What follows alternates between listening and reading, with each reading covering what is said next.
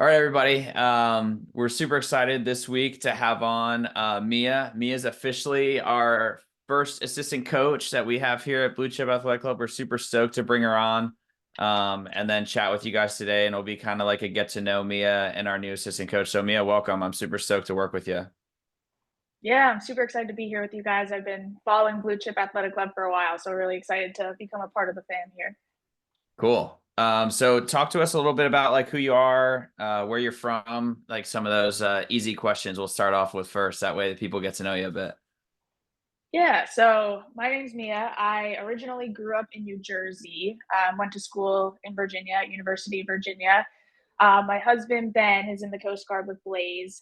So he and I have kind of been able to explore a little bit around the US. So we were in Miami for a little bit, Pensacola, and now we're out in San Diego.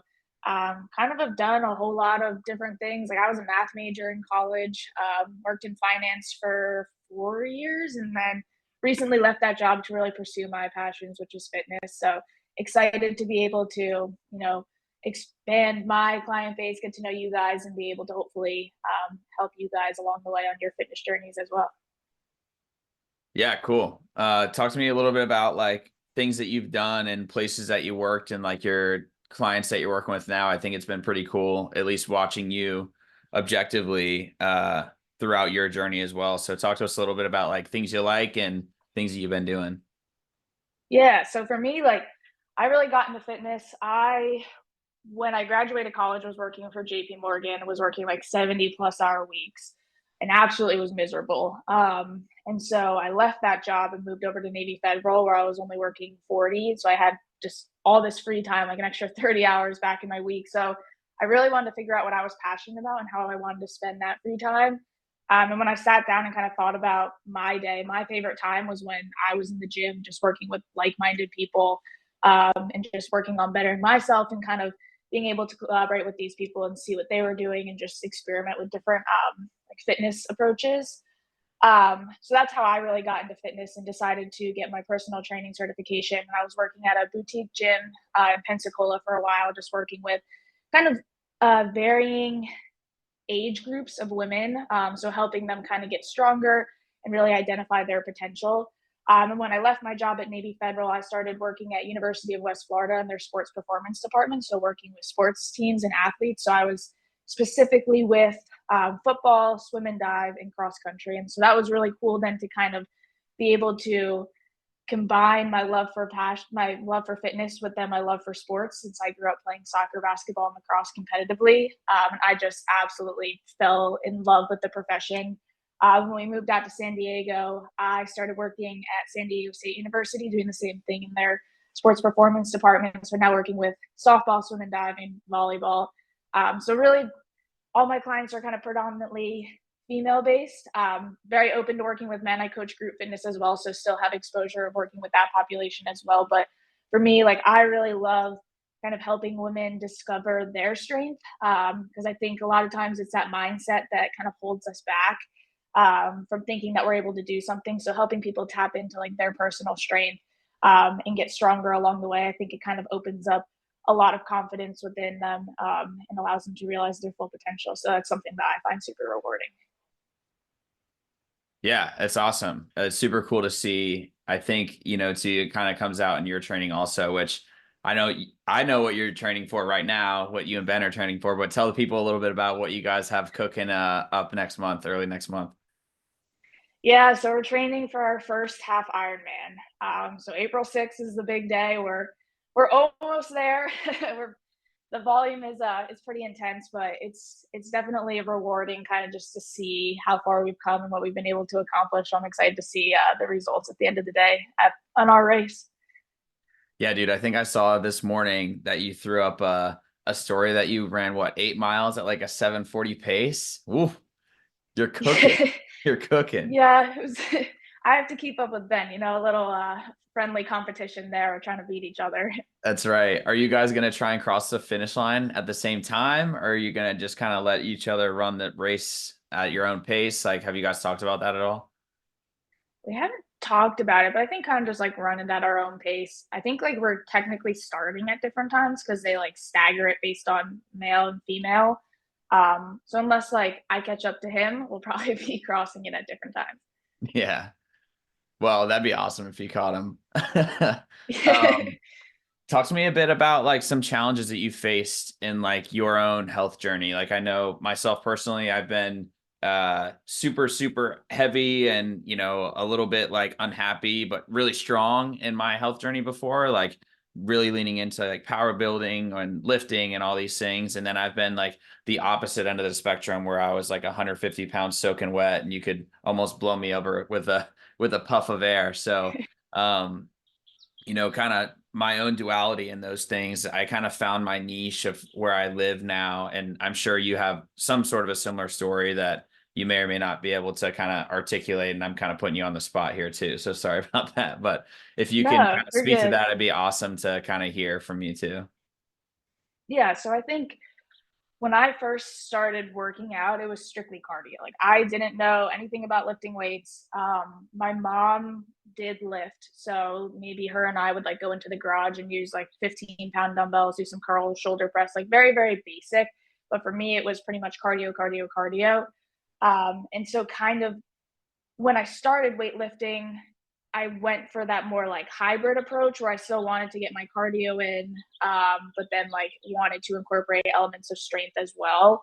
So I think it was just a challenge for me to realize that not every workout has to be, all about that calorie burn. Cause I think that's something that we really get caught up about a lot of the time is just like, how many calories are we burning per workout? So then we can go ahead and eat X amount of food throughout the day. So really realizing that like that's not the purpose of fitness. It's not about burning calories. It's about getting stronger and really being able to see what our bodies are capable of. So just being able to one thing that I really struggled with was meeting myself with grace. So like if I didn't get a workout in, I used to get so stressed and so upset. But then once I realized that at the end of the day, it's all about this consistency. So it's like, okay, maybe I was tired this day and I didn't need to get that workout in or I didn't get that workout in. Like if I just come back the next day and give it the best that I can do, like that's what's going to get me to where I want to be at the end of the day. So just learning to accept where I'm at and meet myself with grace and knowing that not every workout's not going to feel like Disneyland, because if it does, then you're probably not doing something right.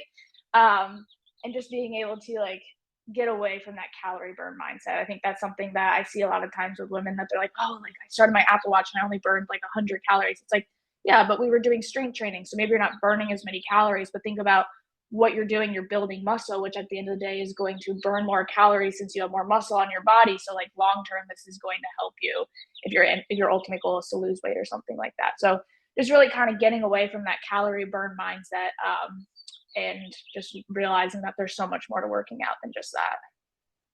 Yeah, dude. I think a lot of people will get wrapped around the axle of like listening to people say, oh, calories in, calories out, and then kind of be in this position where like, yes, thermodynamics are real. Don't get me wrong, but there's also like the benefit that you talk about of like somebody who has more muscle in general is going to burn more throughout the course of the day just by standing there and having a beating heart. So something else to kind of think about in that regard. And then also like I know you hit on it too, but it's like about how it makes you feel, right? Like if your body composition or the way that you look, move, and operate in your day-to-day life is not where you want it to be, um, changing your relationship with your own health and then changing the way that you feel about it will then start to matriculate into other pieces and facets of your health and wellness too. So I definitely dig that you share that kind of perspective here. Part of the reason why you're on the team for sure is that. So Yeah. I'm super stoked. Yeah, I think one thing too, like there was a period of time where I wanted to be super lean because I was getting ready for my wedding. I wanted to be super cut up. And while I ultimately got to where I wanted to be, my quality of life was just so bad. Like I was waking up super early in the morning to do a crap ton of cardio and then go and lift weights. And then was also trying to eat in a calorie deficit. So like although I looked how I wanted to, I had absolutely no energy. And then what happened was I got COVID and I couldn't do it anymore. And when I came back from that, I realized like, you know what, this isn't sustainable. Like, let me make some changes and figure out what's going to work better. And like, yeah, at the end of the day, I gained a little bit of fat back, but like, I felt better. And like, that's what was more important to me. Yeah. And also like I don't think, you and we can almost equate it's like a bodybuilding kind of journey. It's like when you're there, like you're building up for this like peak event. And then once you have that peak event, like it's not sustainable for you to stay at that level. And a lot of people like think like, hey, I'm gonna build up and I'm gonna get super lean and then I'm gonna stay lean. And it's one thing to like get there and like climb the mountain to be at the body type or whatever that you want, but it's a whole nother thing to maintain that for like many years. That's why like when you see somebody who's like shredded and they're 50 years old, like it's super impressive. Like they were able to like get themselves there when they were younger and they had all of the hormones and everything like working for them. And then they were able to stay there throughout the rest of their like older pieces of their life. And it's like, wow, this is like incredible. So yeah, just realizing like it's not about that like peak level of like on your wedding day. I'm sure I've actually seen photos like you looked great. You and Ben both, of course. Shout out to Ben. I don't know if he's back there hiding out, but yeah, so like, but at the end of the day, like when you come back to something that's a little bit more healthy, something that you can sustain and maintain over time, like I feel like that's just so nice to have that relationship with yourself where like, this is okay, dude. Like I don't need to put myself through all these things to be in this space because I feel better, I sleep better, I recover better. My mental headspace, like at that point, you're letting like your health and fitness steal from your health and fitness, you know? Right, like, I felt like I couldn't go out to eat without feeling, like, guilty that I was overeating or something like that, so it was just kind of, like, getting away from that and now being able to realize, like, "Heck yeah, I can eat a full pizza and ice cream on a Friday night and, like, still be where I wanna be because it's not like I do that all the time." So just being able to, like, realize that you don't need to be perfect all the time and that really how you feel and your overall consistency to getting to your goal is going to really help you in the long run instead of killing your body every day inside the gym and then at home with your food choices. So just kind of meeting yourself with grace where you're at. Totally. And that's coming from you training for a half Ironman right now too. So Yeah, lots of pasta is had in this household right yeah, now. baby, you gotta. Cool. Talk to me a little bit about like, you're on this trip of like training for this half Ironman too. And I think it's like something cool to talk about is like, you've been training for how long now? What's the length been? We started like back in December technically, Okay. so about three So months, four yeah, three, months. 4 months of like real ramp up. And let's not get it twisted. Like Mia and her husband Ben are fit people. Like they live in their norm of like normal level of fitness is definitely above what I would say your average Joe. But even still, like this 3 or 4 month window of you like really kicking it up into high, we'll call it high gear. How have you been able to stay motivated like throughout that kind of journey over the last couple months? Yeah, I think a big thing that's helped is having bed because I think when you're waking up super early and you have to go to the freezing cold pool at 5 a.m. to like get your swim in before you go to work, that's not always easy, but to have like a support system with you definitely helps in the long run. So I think that's kind of been like the biggest motivator for me. It's that we continue to push each other throughout this journey, since we're both motivated and we want to cross that finish line together. So like we both know that we really couldn't do it without the support of the other person. It takes an army to kind of get you to where you want to be. So I think whether you're kind of training for something specific or you're just starting your fitness journey, making sure that you have a solid support system definitely helps along the way. And I think just like trying to take every workout individually. Like it's really easy.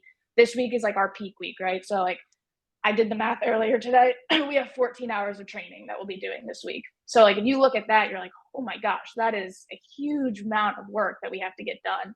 But if you think about, okay, today I had an hour run, so I'm gonna do my hour run and then like just focus on just getting that done. So it's kind of like line up each workout day by day and then knock them down and stop thinking about kind of the whole picture, and just really start to compartmentalize it. So I think having that support system and then just taking it like day by day, has definitely been beneficial instead of letting like everything overwhelm you all at once. So it's definitely a mental challenge, but it's been a lot of fun. So definitely been enjoying it too.